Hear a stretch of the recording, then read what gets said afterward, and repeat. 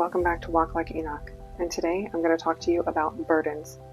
The enemy wants us to be so weighed down, holding this boulder of false burdens so that we literally have no room to hold and steward the things that we've been called to inherit from the kingdom of God, because we're too busy holding on to the things that we're not supposed to be holding on to. The definition of a burden is something that's carried or a load, a duty or responsibility, something oppressive or worrisome. Some examples of different types of burdens are guilt, loss, trauma, death, worry, addictions, financial burdens, the burdens of caring for others who can't care for themselves, the burden of duty, like soldiers who war on behalf of our country. What are the purpose of burdens? The purpose of a godly burden is a training ground. These burdens shape and mold us into who we are and how we operate.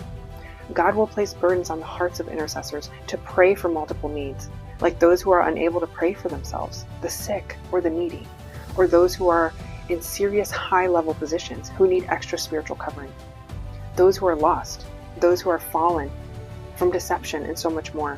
The purpose of a demonic burden is to steal, kill, and destroy that which would lead us into the promises of God. A demonic burden wants us to be thrown off track and distracted. A demonic burden keeps us blindfolded. There's a veil over your eyes, and you feel lost, and you're swimming in the water with no shore to climb onto. The devil wants us to be weighed down, exhausted, overcarrying. He wants us to be confused and lost. He knows that if we're carrying what we're not supposed to carry, that we won't be able to carry what the Lord intends for us to carry. We won't be able to pick up the mantle that God has placed upon our family or our generation. We may even pick it up, but we won't be able to handle the weight of it due to all of the ungodly burdens that we're carrying. What is the difference between the yoke of the devil and the yoke of God? The yoke of the devil is a chokehold. The yoke of the devil is a stronghold placed upon you, your family, and your entire bloodline. His yoke is meant to destroy your entire bloodline, no matter how he does it, and he doesn't play fair. He will kick you when you're down, and he'll kick you some more. And think about that person in the movie who gets jumped, and they just keep kicking him when he's down. They kick him and kick him and kick him, and he's clearly bruised and bleeding and crying out, and they keep going. That's exactly what the devil does to you, and he laughs while he's doing it. God says that his yoke is easy and his burden is light. If you know anything about farming back in the day, a yoke was that wooden beam or a crosspiece that was used to put a pair of oxen together so that they could pull the load together. Are you willing to be guided by his yoke? It's easy and light as long as we don't rebel against it. His way is so much better than ours. He says in Matthew, "Come unto me, all ye that labor and are heavy laden, and I will give you rest.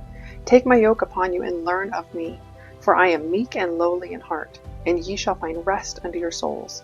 For my yoke is easy and my burden is light."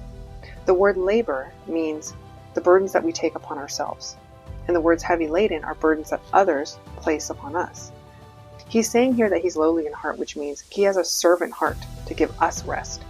He wants to serve us with rest. He loves us that much. And if we would just surrender ourselves to him and lay our burdens down, as it says in Psalm 55:22, "Cast thy burden upon the Lord, and he shall sustain thee. He shall never suffer the righteous to be moved." The strength that the Lord places in us allows us to be the anvil. And an anvil, if you know, it's a large block of metal that's used for shaping tools. The tool is placed on the anvil, and then it's struck by a hammer over and over and over to give it shape.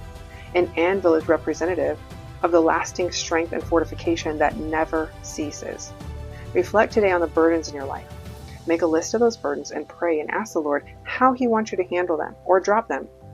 He will guide you on what to hold on to, what to release, and when this happens, there will be a peace that comes over you, allowing you to hear him clearly on what he wants you to carry. I pray that this blesses you today. Stay bold in your faith and walk like Enoch.